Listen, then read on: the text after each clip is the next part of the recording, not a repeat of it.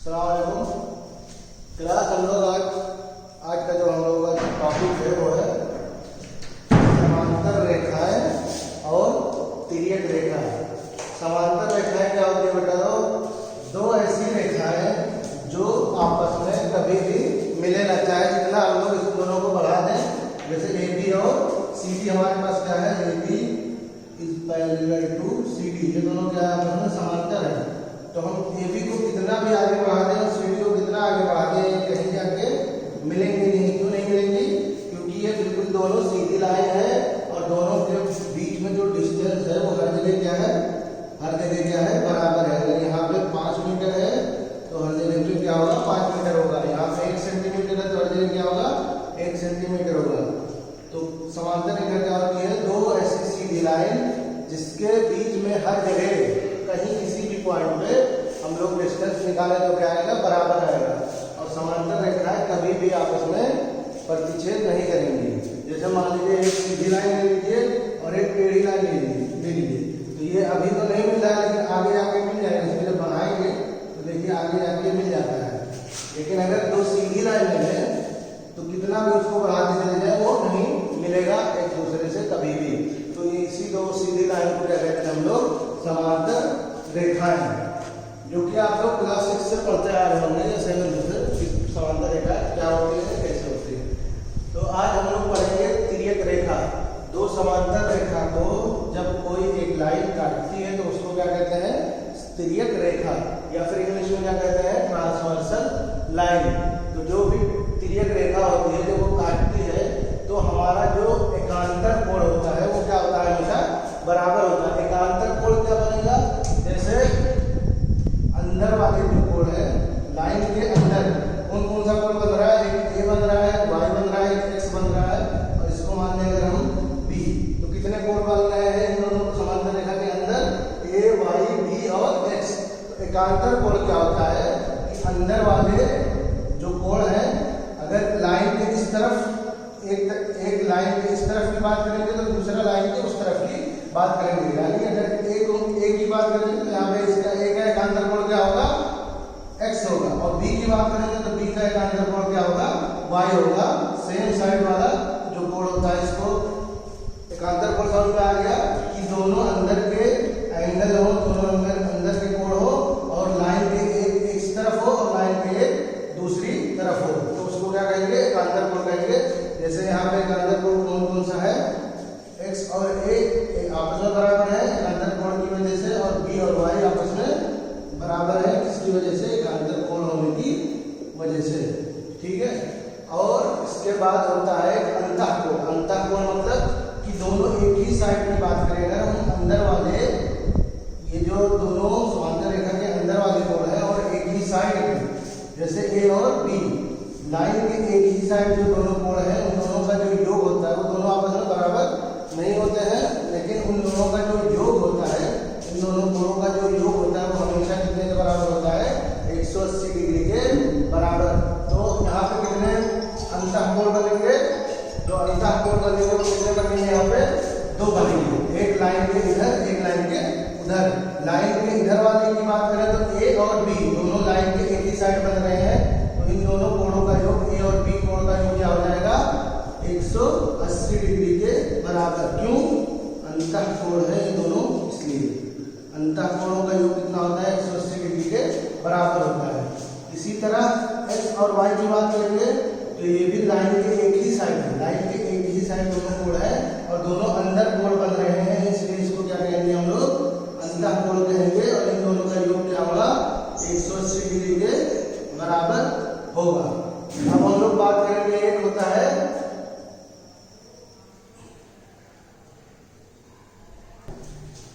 हम लोग पढ़ेंगे कॉरस्पॉन्डिंग एंगल्स क्या होते हैं या संगत कोण किसे कहते हैं। तो संगत कोण जैसे हम लोगों ने क्या क्या पढ़ दिया अभी, अंतःकोण क्या होता है, अंतःकोण का योग कितना होगा, 180 डिग्री। और एकांतर कोण क्या होता है, और एकांतर कोण क्या होता है कि जो एक लाइन के एक साइड और एक एंगल लाइन के दूसरे साइड रहे और दोनों क्या कहते हैं, समांतर रेखा के अंदर की बात करते हैं। ए और एक्स और वाई और भी क्या हो गया आपका एकांतर कोण। अब जब संगत कोण लाइन के, दोनों लाइन के बाहर और एक कोण दोनों लाइन के अंदर। जैसे कि यहाँ पे बन रहा है कोण सी और कोण बी, आपस में क्या है, संगत कोण। देखिए एक लाइन के बाहर है, एक लाइन के अंदर है और एक ही साइड पे है, तो क्या हो गया, एंगल सी और बी क्या बनेगा, संगत कोण बनेगा। इसी तरह बेटा डी और एक्स बी क्या बनेगा, संगत कोण बनेगा। इसी तरह अगर हम लोग ए, देखिए इसको बता देते हैं, ए अंदर है और ई बाहर है और एक ही साइड है, ठीक है, ए अंदर है और ई बाहर है और एक ही साइड है, तो दोनों क्या बनेंगे, संगत कोण। इसी तरह वाई और एफ क्या बनेंगे, संगत कोण। इतनी बात हमारे समझ में आ गई। तो अब हम लोग एक्सरसाइज 6.2 करेंगे।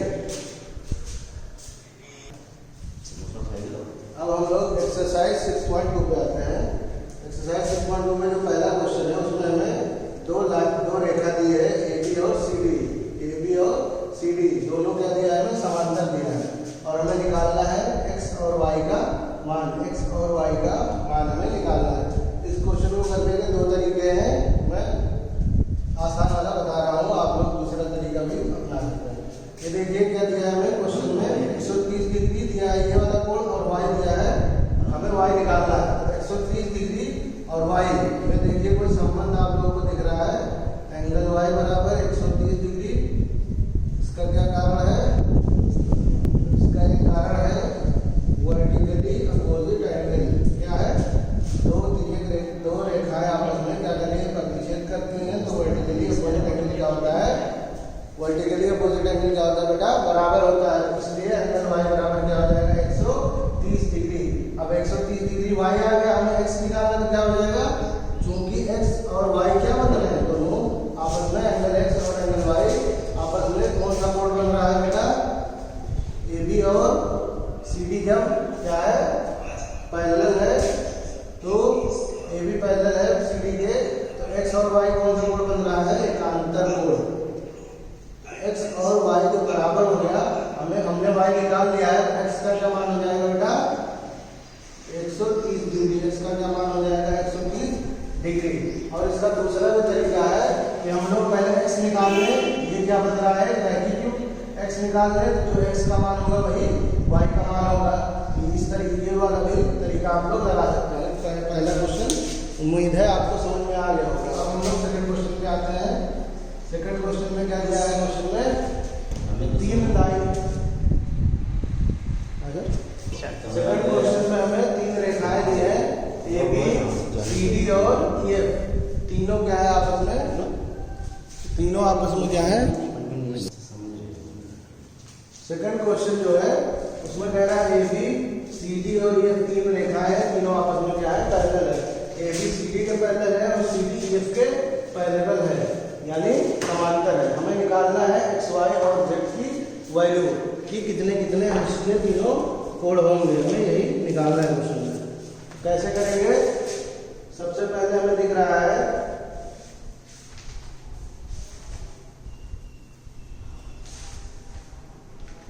और इसमें अनुपात दिया है y और z का, अनुपात दिया है y/z बराबर 3/7, ये हमें अनुपात दिया है।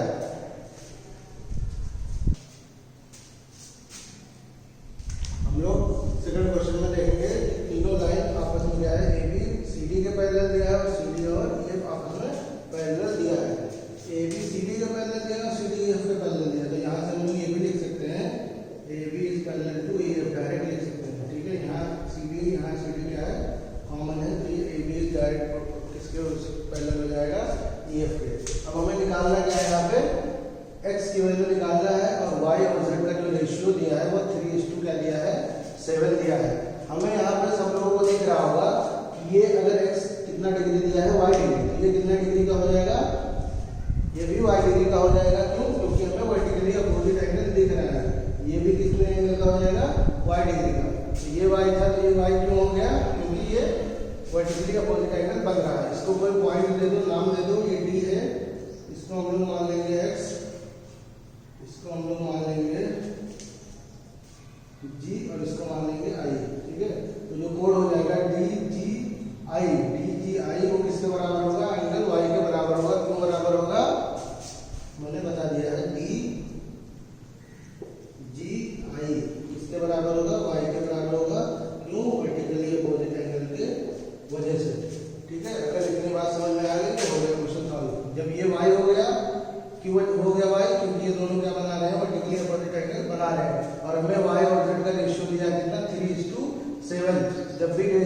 होता है तो हम लोग क्या करते हैं, इसमें किसी भी एक वेरिएबल से गुणा कर देते हैं और मान लेते हैं कि y बराबर क्या हो गया 3a, क्योंकि यहाँ x है तो x नहीं मानेंगे तो 2x हो जाएगा, तो y को 3a मान लेंगे और z को 7a मान लेंगे। माना y बराबर 3a, z बराबर 7a। क्योंकि ये z हो गया है तो ये और ये दोनों मिलकर क्या बनेंगे, ये y हो गया, y और z क्या बनेंगे आपस में एक ही साइड के दोनों अंदर वाले कोण को क्या कहते हैं, अंतःकोण। और अंतःकोणों का योग कितना होता है 180 डिग्री। इसलिए angle y plus angle z का जो योग होगा वो कितना होगा 180 डिग्री होगा। क्यों होगा, अंतःकोण बन रहे हैं ये दोनों, इसलिए 180 डिग्री होगा। यहाँ से y को हमने 3a माना था, z को हमने 7a माना था, यहाँ से a की वैल्यू आ जाएगी 18 डिग्री। ठीक है, 7 3 10, 10a बराबर 180 डिग्री, 10 इधर जाएगा तो डिवाइड होकर कितना बचेगा 18 डिग्री बचेगा। अब यहाँ से हम लोगों को y और क्या z की वैल्यू निकल के आ जाएगी, लेकिन हमें y और z से कोई मतलब नहीं है। अगर हम लोग यहाँ से x निकालेंगे तो y की जरूरत पड़ेगी, और यहाँ से डायरेक्ट x और z क्या है, दोनों आपस में क्या है, x और z आपस में एकांतर कोण बन रहा है। तो डायरेक्ट अगर z से निकालना है x तो z की वैल्यू, और y से निकालना है तो y की वैल्यू निकालना है। चाहे तो तीनों कोण का मान निकालना है, x y z तीनों का मान निकालना है। तो हमने क्या किया है, x और y को क्या किया है, अंतःकोणों का योग क्या होता है 180 डिग्री। तो हमने x और y को जब जोड़ा तो 180 डिग्री मान के हमने यहाँ से x निकाला। कोई चाहे तो डायरेक्ट, क्योंकि y आ गया, a की वैल्यू आ गई 18, तो y कितना हो जाएगा, y कितना माना था 3a, तो 3 × 18 कितना हो गया 54 डिग्री। और इसी तरह z की वैल्यू भी निकाल सकते हैं, 7 को जब हम लोग 18 से गुणा करेंगे तो कितना आएगा 126 डिग्री। ठीक है, तो y और z की वैल्यू यहाँ से आ गई। अब x निकालना है तो कोई चाहे तो ये अंतःकोण का योग 180 से निकाल ले x का मान, और कोई चाहे तो डायरेक्ट x और z क्या बन रहा है, एकांतर कोण बन रहा है। तो जितना z होगा उतना ही x की वैल्यू होगी। ठीक है, चाहे अंतःकोण लगाइए यहाँ पे, चाहे एकांतर कोण लगाइए, यहाँ से x का मान निकल के आ जाएगा। उम्मीद है कि ये वाला क्वेश्चन भी समझ में आ गया होगा। अब थर्ड पार्ट पे आते हैं हम लोग।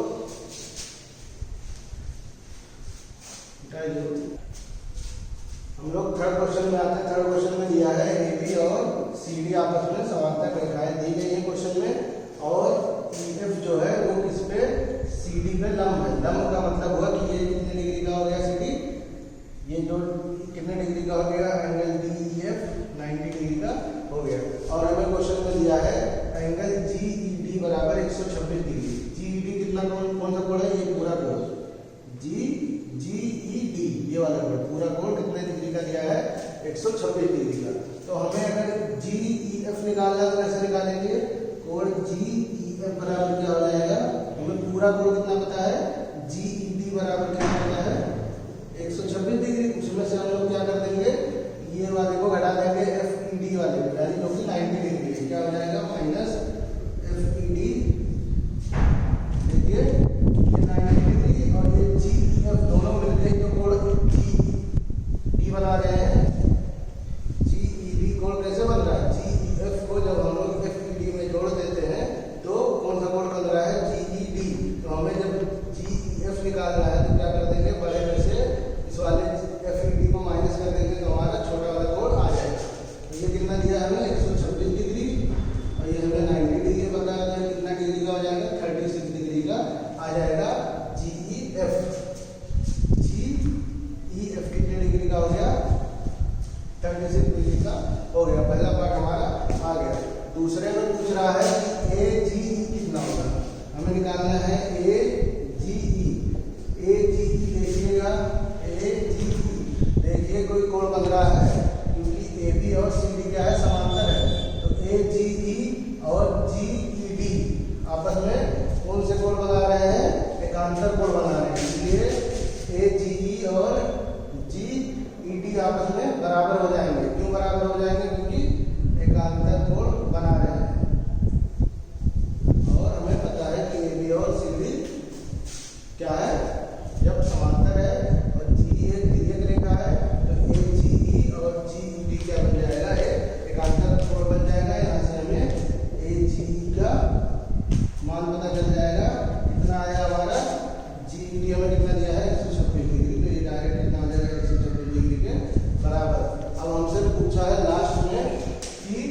बताइए एफ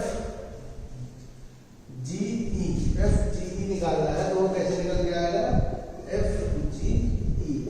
हमें एक त्रिभुज दिख रहा है सबको, जी एफ ई एक त्रिभुज दिख रहा है, चाहे तो वहां से निकाल ले कोण का मान, ये 90 है तो ये भी 90 होगा, और ये 90 है तो ये भी 90 होगा, ये 90 और ये हमने निकाला 36 डिग्री, तो ये कितना आ जाएगा 180 में से सबको जोड़ देंगे तो ये कोण आ जाएगा। और डायरेक्ट निकालना तो कैसे आएगा, ये दोनों देखिए, ये दोनों कोण मिलकर क्या बना रहे हैं, रैखिक युग्म बना रहे हैं, दोनों कोण मिलकर क्या बना रहे हैं, रैखिक युग्म। तो यहाँ से भी हम लोग निकाल सकते हैं, हम लोग क्या लिखेंगे, angle A G E plus angle F G E बराबर 180 डिग्री। क्यों है, क्योंकि रैखिक युग्म बना रहा है। तो यहाँ से हमारा एफ जी ई कितने डिग्री का हो जाएगा, 180 में से हम लोग 126 डिग्री माइनस कर देंगे, कितना आ जाएगा